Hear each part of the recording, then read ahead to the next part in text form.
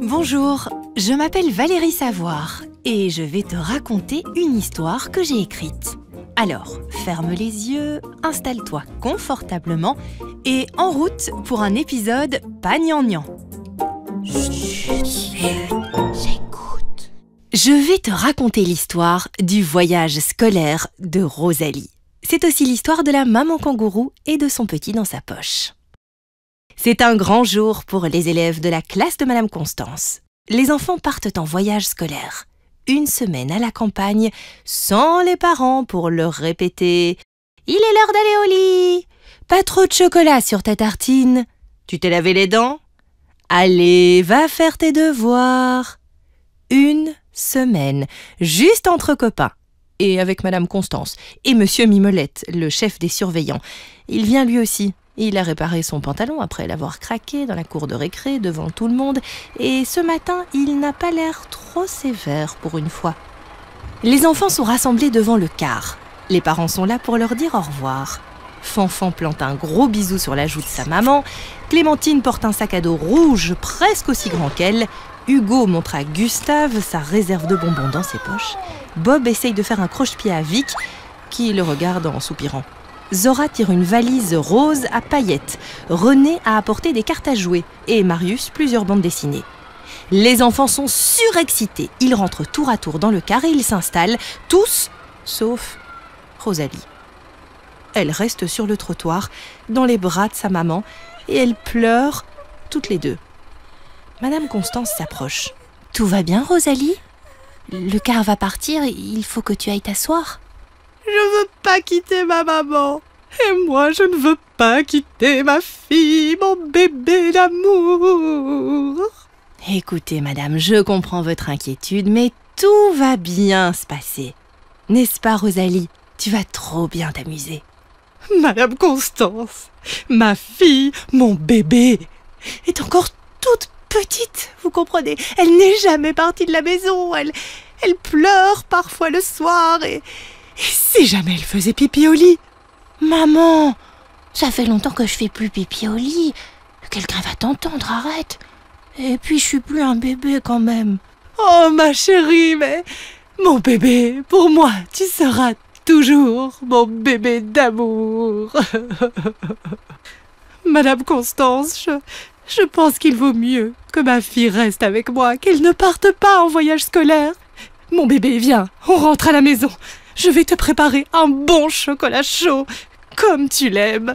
Madame Constance pince sa bouche, comme chaque fois que quelque chose l'embête. Puis elle dit « Rosalie, tu veux venir en voyage scolaire ou pas, toi ?» D'une toute petite voix, Rosalie murmure « Ben oui, d'un côté j'aimerais bien, et d'un autre côté, oui, ma maman va sûrement me manquer, mais j'aimerais quand même y aller. » Madame Constance hoche la tête. « Bon, d'accord. Écoutez, madame, voilà ce que je vous propose.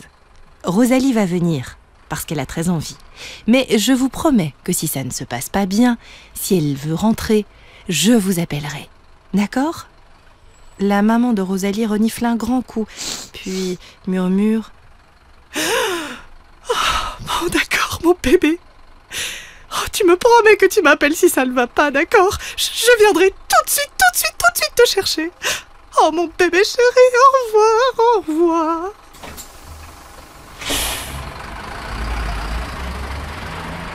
2 heures plus tard, les enfants sont arrivés à l'auberge de jeunesse, à côté de la ferme où ils vont passer la semaine. Les enfants visitent une grande porcherie. Ça sent pas très bon, mais les cochons font beaucoup de bruit, ce qui fait rire tout le monde.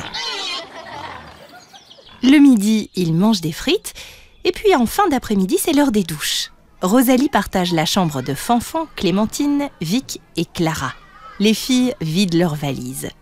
Rosalie a mis une photo de sa maman sur sa table de nuit. « Ta maman te manque ?» demande gentiment Clémentine. « Oui, un peu, » répond Rosalie. « Moi, quand j'ai un peu le cafard, » explique Clémentine, « eh bien, j'y pense pas. J'essaye de me changer les idées, de penser à autre chose, et puis ça va mieux, ça passe. » « Moi, mon trick, dit Fanfan, c'est de papoter avec une copine et de rigoler. Ah, c'est vrai que quand on s'amuse, le temps il passe plus vite, ajoute Vic. Et parfois, quand on est sans nos parents, on peut faire des choses trop chouettes qu'on n'a pas trop le droit de faire à la maison, remarque Clara avec un sourire. Comme manger plein de bonbons. D'ailleurs, vous en voulez les filles? Le soir, tout le monde se retrouve à la cantine de l'auberge. C'est l'heure du dîner. Monsieur Mimolette sert de la soupe aux tomates. René ne la trouve pas très bonne et il donne en cachette son bol à Noé qui, lui, l'adore. Gustave raconte une blague de Toto à Clémentine et Fanfan. Quand soudain, la porte de la cantine s'ouvre d'un coup, tout le monde se tait. La maman de Rosalie entre dans la salle. Les enfants arrêtent de manger et regardent tour à tour la maman, puis Rosalie. Elle se précipite vers sa fille. Mon bébé, comment vas-tu? Oh, je t'ai apporté un thermos de chocolat chaud, mon bébé. Est-ce que tu veux rentrer à la maison? Maman, mais qu'est-ce que tu fais? C'est un peu gênant, tu pouvais pas venir. Oh ma chérie, tu me manquais tellement. C'est dur sans toi, mon bébé.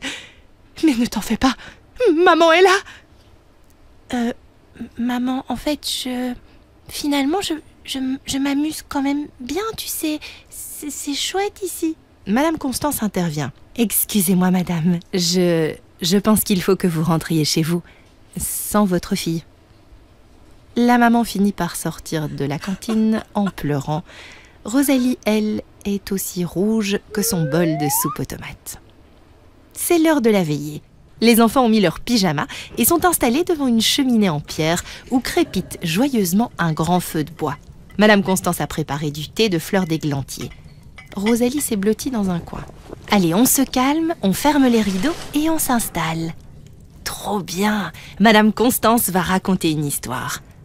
Et Madame Constance commence.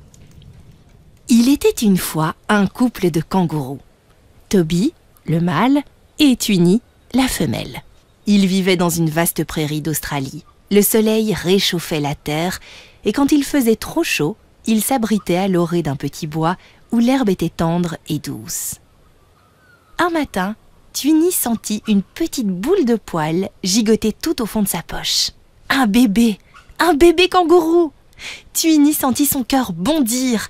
Elle allait devenir maman. Les futurs parents étaient les plus heureux du monde. La petite boule de poils devint un bébé kangourou. Twinny se reposait beaucoup, mangeait de la bonne herbe fraîche et soufflait des mots doux à son bébé. Il l'avait baptisé Joey. Le bébé kangourou grandissait, bien au chaud dans la poche confortable de sa maman. Les jours et les semaines passaient. Un matin, le papa kangourou remarqua combien son fils Joey avait grandi. « Twinny, ma chérie, je pense que notre fils Joey est assez grand pour sortir de ta poche. Il faut qu'il apprenne à bondir, à chercher de l'herbe fraîche pour manger. Tu peux le laisser sortir maintenant. »« Sortir de ma poche ? Mais il est beaucoup trop petit !»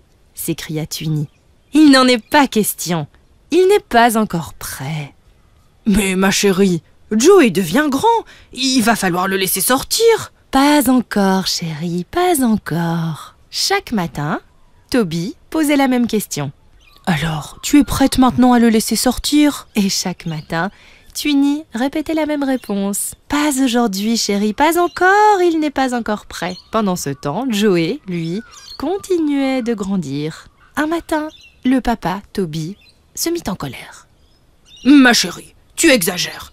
Il faut qu'il sorte maintenant. Il est grand et il doit apprendre à vivre hors de ta poche. Joey, mon chéri, écoute papa. Tu es prêt à sortir de la poche de maman. » Twinny ne voulait plus l'entendre. Elle partit donc se réfugier dans un bois, loin de Toby, seule avec son Joey adoré, qu'elle continuait à câliner bien au chaud dans sa poche. Joey y était toujours heureux, mais de plus en plus à l'étroit, et il avait de plus en plus chaud. La poche commençait vraiment à devenir trop petite pour lui. « Maman, » dit un jour Joey, « et si papa avait raison? Et si j'étais prêt à sortir ?»« Non, Joey, le monde est trop dangereux. Tu es mieux dans ma poche. » Mais j'ai de plus en plus de mal à respirer, maman, et il fait trop chaud et c'est trop petit. Mon chéri, calme-toi, tu es en sécurité dans ma poche, tu dois y rester. Joey ne savait presque plus respirer. Il devait sortir, à tout prix. Alors il attendit que le soleil se couche et que sa mère s'endorme. Et doucement, le plus silencieusement possible, il sortit de la poche où il avait toujours vécu. Il posa ses pattes, ses grandes pattes, sur la terre et il prit une grande inspiration. L'air frais entra dans ses poumons. Il ouvrit ses bras et respira enfin pleinement. Le ciel brillait tranquillement de milliers d'étoiles. Le vaste monde autour de lui semblait endormi et calme. Joey n'avait jamais rien vu d'aussi beau. Il sentit l'odeur du soir sur la plaine et entendit le murmure des lucioles. Alors, il fit quelques bonds. Oh, bien sûr, il resta prudent. Sa mère lui avait dit que c'était dangereux. Mais bondir était une sensation tellement merveilleuse qu'il ne pouvait plus s'arrêter. Il bondit toute la nuit et explora la vaste plaine autour du petit bois. Au petit matin, Joey revint près de sa mère. Le soleil se levait. Sa mère se réveilla et constata que sa poche était vide. Mon petit a disparu. Non, maman, regarde, regarde, je suis juste ici. Regarde comme je bondis. Regarde comme je suis devenu grand. Oui, mon petit Joey, je le vois, mais tu dois revenir dans ma poche maintenant. Tu n'es pas encore assez grand pour bondir seul. Alors, à contre-cœur, Joey s'approcha de sa mère pour retourner dans la poche. Il y glissa la première patte, mais il n'arriva pas à rentrer la deuxième. Ni même son corps, ni même sa tête. Il poussa de toutes ses forces dans la poche pour essayer de l'élargir. « Aïe, tu me fais mal, Joey !» s'écria la maman kangourou. « Maman, je n'arrive plus à rentrer dans ta poche. Je suis vraiment devenu trop grand.